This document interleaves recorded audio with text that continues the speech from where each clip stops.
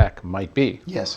One of those models from military intelligence was planes hitting the Twin Towers. One of them might even fall down. We did an earlier report on this. Some investigative journalist, Jason Leopold was one of them, actually talked to one of the guys who was running that unit. That information, as far as we know, was suppressed in a sense. It may have not made its way up the food chain, which is rather odd. Richard Clarke talks about, in fact, did an interview just a couple of years ago, which we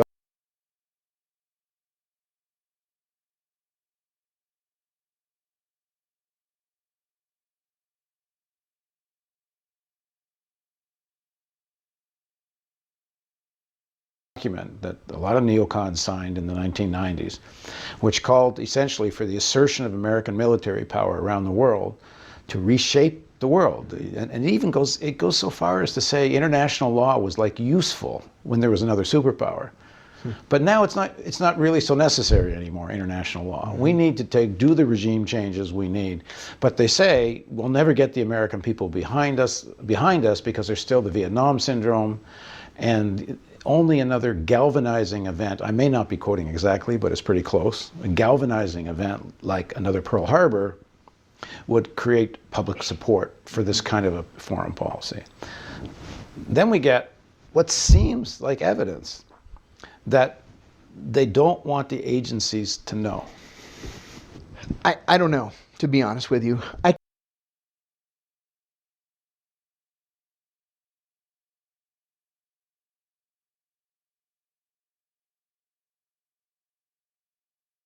Book.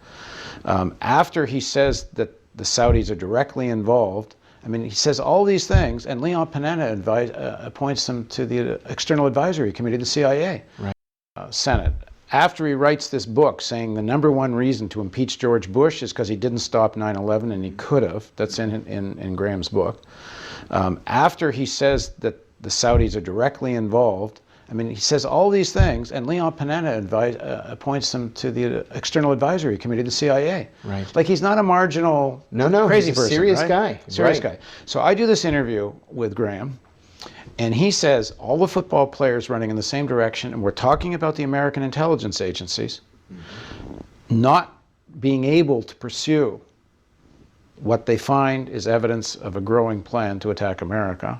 He says there's a coach. That's news, right? We send this out to all the news organizations up and down the United States. As a release, we offer them the footage for free. We give them a transcript of the key sections. Not a single news agency or newspaper even calls us to find out what we have. That's the story of the mainstream media in this country. Is this stuff about the buildings coming down, and explosives and various thermonuclear stuff. And various thermonuclear stuff.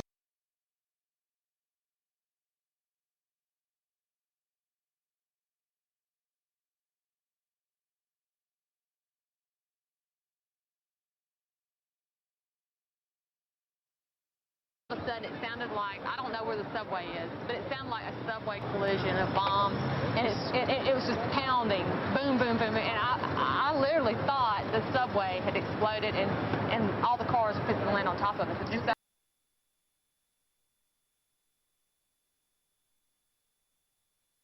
Hi, everyone. I don't know where to begin. My photographer, Glenn Mayrose, and I are safe. We're okay. Back at St. Vincent's. Let's just tell you what we went through. At the time that the first collapse occurred, we were 2 blocks away, as close as police were going to allow us to get. Talking to fellow police officers, FBI agents, etc., when all of a sudden we heard a rumble.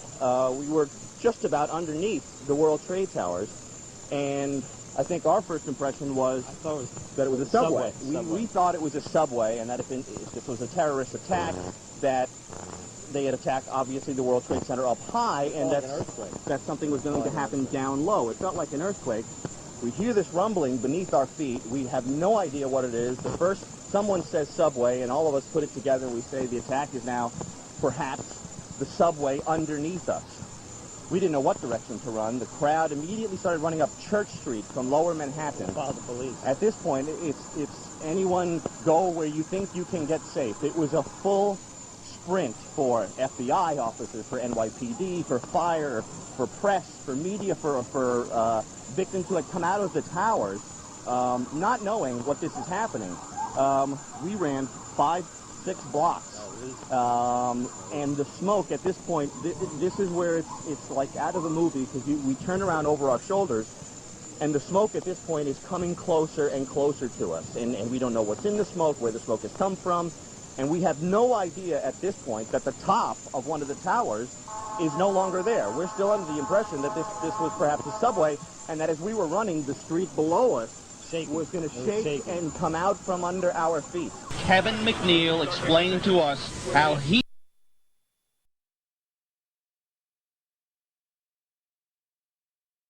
I tell people about the sounds, sights and sounds that I heard on that day.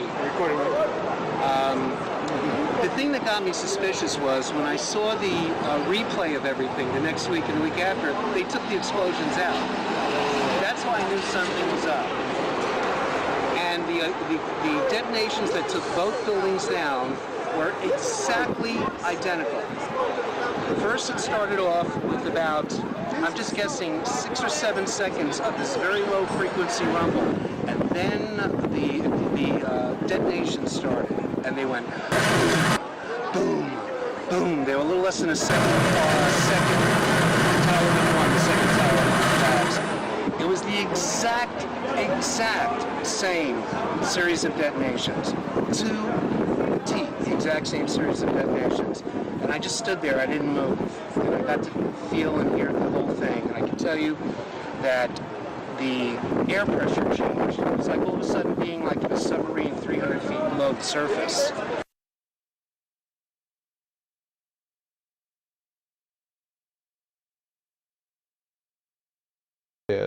Is this stuff about the buildings coming down, and explosives and various thermonuclear stuff.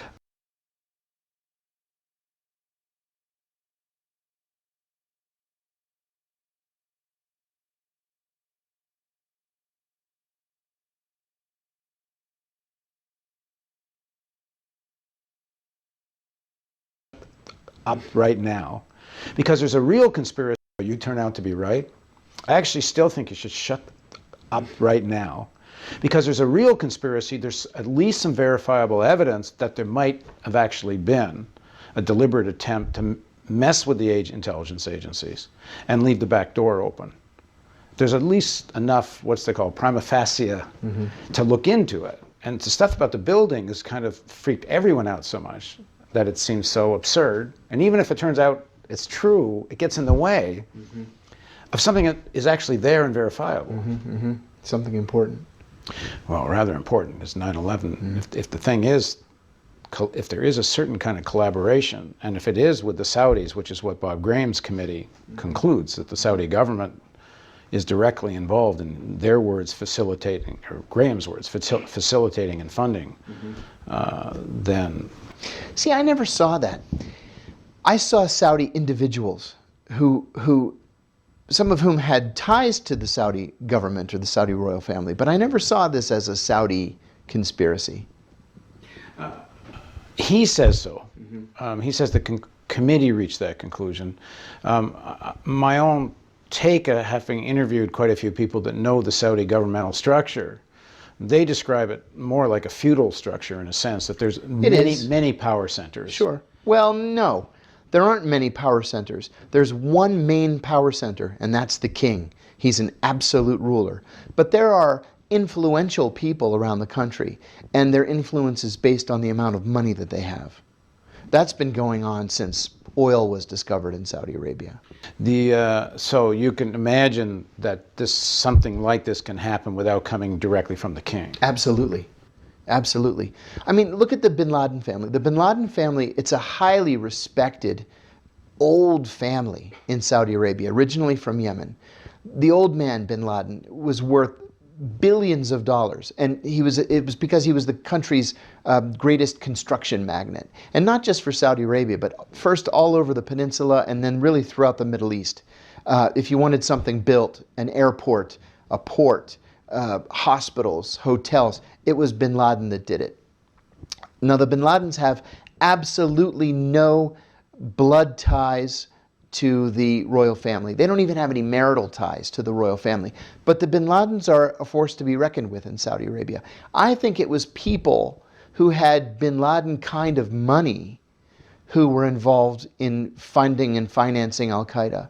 It wasn't necessarily the Saudi government. It wasn't necessarily even members of the Saudi royal family, although there probably were a couple of rogues. I think it was these wealthy businessmen who really keep the country humming, at least keep its non-oil economy humming. They were the ones we should have been looking at. I have no idea who's right in this, but it is beyond belief, is it not, that there has never been an investigation into what's in those 28 pages, the 28 redacted pages of the Joint Congressional Investigation. Absolutely. Graham, without ambiguity, says it's the word government. And in the interview, I stress him. I say government. He says government. I said not some rogue princes or something. He says no, government. He says they have hard intelligence of that. It's in the 28 pages, and he's not allowed to say what's in the 28 pages. I never saw any such intelligence. Well, you weren't in that section. But I spent most of my career working on Saudi Arabia in one way or another, and I just never saw anything like that. Okay. All right, we're going to continue our discussion with John. We're going to pick up where he was on 9/11 and the atmosphere in CIA and his role, and then he ends up in Pakistan. Please join us for the continuation of Reality Asserts Itself on the Real News Network.